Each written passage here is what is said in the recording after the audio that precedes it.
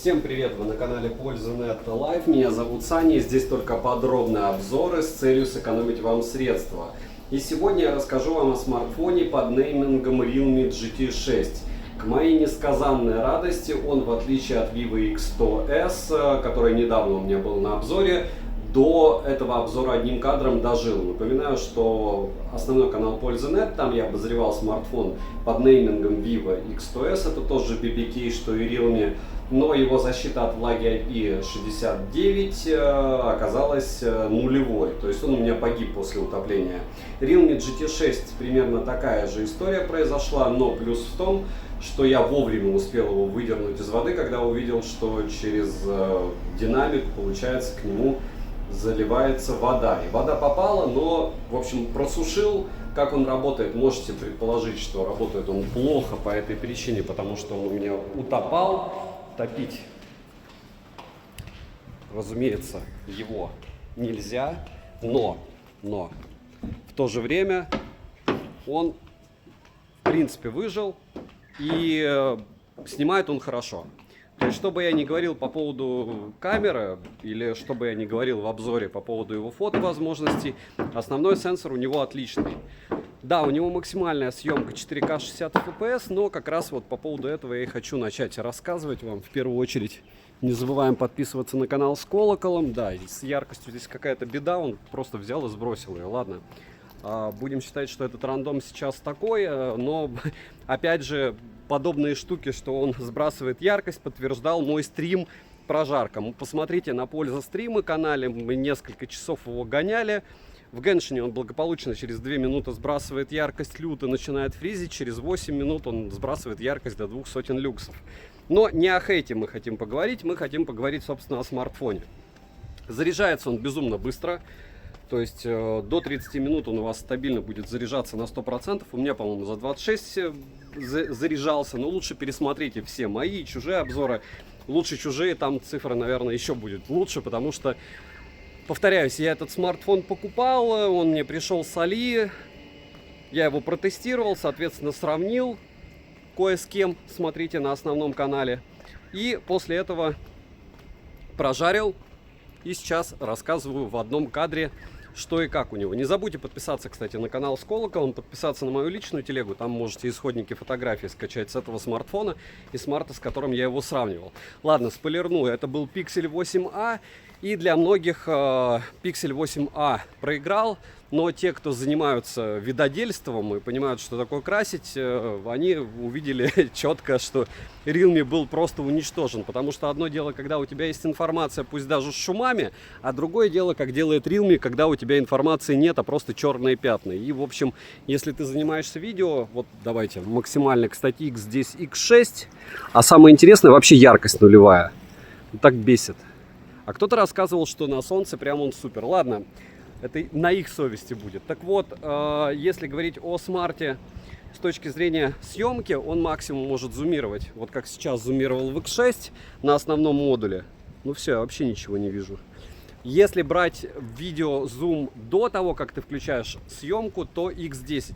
Напоминаю, что у меня не хейтерский обзор, у меня все обзоры плюс-минус одинаковые в плане рассказа про свойства. Просто одни смарты соответствуют цене, а другие не особо. Вот. Так что у нас интересного про Realme GT? Кстати, в прошлый раз я здесь видел гадюку. Наверное, хейтеры надеются, что меня здесь все-таки рано или поздно сожрет зеленая штука, и я с пеной у рта закончу вам о чем-то рассказывать, да? Чьи-то вещи. Все выглядит не очень хорошо. Так вот, что со смартфоном? Смартфон имеет 8S Gen 3 процессор. Его очень красиво продают, даже те, кто продает 8S Gen 3, не только наши обзорщики, как урезанный 8 Gen 3. Только умалчивают, что 8 Gen 2 выбивает больше баллов в Antutu, но это же не важно. GPU у него получше сейчас оптимизировано у 8 Gen 2. И 8 Gen 2, в отличие от этого процессора, поддерживает по неясной мне причине 8К, а 8S Gen 3 8К разрешение для съемки не поддерживает. И вы можете сказать, все это не важно, потому что этот прос поддерживает USB Gen 3, USB Type-C версии 3, по-моему, Gen 2. Но какая разница, что он USB Gen 2 поддерживает, если 8S Gen 3, а USB 3 Gen 2 вообще не видел, а у этого смартфона USB Type-C версии 2.0. То есть вот сейчас мы плавно переходим к флагману как раз по поводу процессора. Так вот, кто вам рассказывает про то, что это урезанная версия 8 Gen 3, пусть вам объяснит, почему это не урезанная версия 8 Gen 2, если он хуже. Понятно, что новые технологии, но новые технологии для чего? Для того, чтобы сказать, что это новые технологии и продать. Ну, маркетологи Qualcomm молодцы. Что еще можно рассказать про этот смартфон? Смотрите, он позиционируется как убийца флагманов. В чем он убийца, непонятно, потому что сегодня я тестировал довольно дешманский. Когда я говорю дешманский, это не значит, что смартфон дешевый. Ну, это просто дешевый смартфон относительно Realme, допустим. У них есть концерн BBK и Oppo-вские смарты. Вот я тестировал Oppo K12. Что мне первое бросилось в глаза? Что Oppo K12 я купил за 20 штук. Вибра у них O-Haptics одинаковая. А в GT6 вибра убогая относительно его. Вот просто убогая. У тебя в смартфоне за 40 вибра как будто поломали вибра в смартфоне за 20 тысяч. То есть BBK тот же самый, но вибра не то же самое. Наверное, они таким образом решили убийцу флагманов ослабить. Как они еще решили ослабить? Что такое GT6? GT6 это смартфон с стеклянной задней крышкой, спасибо им за это, и пластиковой рамкой. Ну, разве в смартфонах Samsung A55 за эти деньги ставят металлические рамки? Конечно, нет. Конечно, нет, да? И не только Samsung. Но не будем. Это все ненужное. А что нужное? Нужно было бы защиту от влаги запихать. Запихали ли они ее сюда? Конечно же, нет. То есть защиты от влаги нет тоже. Ну, может быть, здесь есть беспроводная зарядка, это же убийца флагманов. А зачем вам беспроводная зарядка? Ну, это все глупости. За беспроводной зарядки здесь нет тоже. Насчет Oppo K12, там еще, кстати, интересно, он у меня заблокировался, тоже чуть не утонул. Но там интересное решение, что, как говорят, BBK не делает интересные смартфоны, там можно запихивать карту памяти. Вот такая вот магия. Сейчас покажу, как он снимает против солнца. Снимает он хорошо, только не показывает мне, как снимает. Он просто затемнил экран. Кстати, по поводу съемки. Может быть, он снимает непрерывно. Он, кстати, может снимать в 4К 60 FPS 4,5 часа. Ему батареи на это хватает. Но магия в том, что, как и Huawei, он просто сбрасывает FPS. То есть у вас в файле будет не 60 FPS, а, допустим, 52. Вполне возможно, кстати, сейчас тоже будет не 60, а 52, потому что он кадры потихонечку выкидывает, как будто это Pixel 8a. Почему как будто Pixel 8a? Потому что там тензор, и я вообще не понимаю, как это дело работает с его рамками, но не будем. В общем, мы к чему пришли? К тому, что у нас гугловская, правда, звонилка есть. Точнее, не гугловская, есть запись разговора без собеседника без уведомления собеседника о начале записи. И вроде бы это дело не выпиливают и в старых моделях, и здесь тоже выпилено быть не должно. Если говорить о ценообразовании, я вообще не понимаю, откуда у них... Ну, наверное, они просто подумали, что если они бюджеты на поездку в Европу у народа вкинут в цену смартфона, он будет от этого лучше выглядеть. Сам по себе смарт, кстати, вот эта вот тема с зеркальной задней панелью, ну да, он убогий из-за этого. То есть он у тебя постоянно грязный. Чтобы запихать его в чехол, ты его запихаешь в чехол. Только прикол в том, что штатные чехлы, они не закрывают вот эту вот блямбу у камер. И то, что она не закрывается, это прям очень убого, потому что вот эта вся область, она постоянно у тебя грязная. И, Свет, мой зеркальце, скажи, да всю правду доложи, кто купил смартфон по цене флагмана. Только там даже не флагман, ну вот примерно так вы и сможете с ним разговаривать. Ультраширик здесь убогий, с телевиком другая история, он неплохо снимает. Вообще смарт хорошо снимает, но если не брать во внимание фронталку. Почему? Потому что с фронталкой они тоже сделали убийцу флагманов, точнее убийцу себя самого. Почему? 60 FPS здесь нет на фронталке, здесь есть только 1080p 30 FPS и 4К 30 FPS. Вот так они видят убийцу флагманов. В сухом остатке что мы имеем? Старт продаж у них был за 35. Я в телеге скидок это дело все скидывал и думал, сейчас они сделают 30. Ну, как бы есть же Poco F6, есть же еще просто бешеное количество смартфонов, которые укатывают эту железку по полной программе. Они делают потом 40, а потом 44. И, в общем, разумеется, по 35, как я понял, из того лота, что я смотрел, купило только 4 человека, потому что 35 кусков за смартфон без вот этого вот всего от Realme, ну, кажется, каким-то сюром. 2 симки, кстати, можно сюда запихать. В итоге сейчас убеждают, что хорошо, что не 800 евро или сколько там в ритейле. Как мне говорят, в ритейле он стоит 60 или где-то 70, а везде, допустим, S24 Samsung или Xiaomi 14 стоит по 100. Но открываете Яму, Marketplace, открываете Авито и выбираете там просто бешеное количество магазинов, которые скидывают по 60 штук. Флагманы с защитой от влаги. Я вам даже не называю, какие вообще любые просто. Ну, я имею в виду магазины. S24 Samsung, Xiaomi 14, там Poco F6 X6 Pro, по-моему, реально, точнее не Poco, Oppo X6 Pro. И еще много всяких других прелестей. Если говорить конкретно про этот смартфон, у него классный очень экран, безумно яркий. Вы можете посмотреть, но шимный. В то же время он сбрасывает яркость в играх. Он довольно автономный, быстро заряжается, но у него нет ни одного качества, которое бы позволило его назвать смартфоном за 400 баксов, либо смартфоном, у которого есть перспектива потеснить те же OnePlus. Как мне пишут, ты советуешь OnePlus 12R, а там UFS 3.1 внутренняя память. Ну и что? Как часто говорят, а что ты будешь делать со смартфоном, если у него другой тип памяти, а у него нет тех качеств, которые тебе нужны. Так что, если вы успели его приобрести из этих 4 человек за 35 штук, вы сделали круто. Потому что вы сможете его продать и купить что-то серьезнее. Если вы его купили уже, как я советую, не смотрите мои обзоры, если вы что-то приобрели, потому что у меня очень часто не сходится мнение с людьми. По той причине, что я, наверное, все покупаю, у меня есть выбор. То есть я могу реально, мне не надо бежать из-за того, что мне кто-то что-то сказал. Я все равно все куплю и в итоге сделаю какие-то выводы.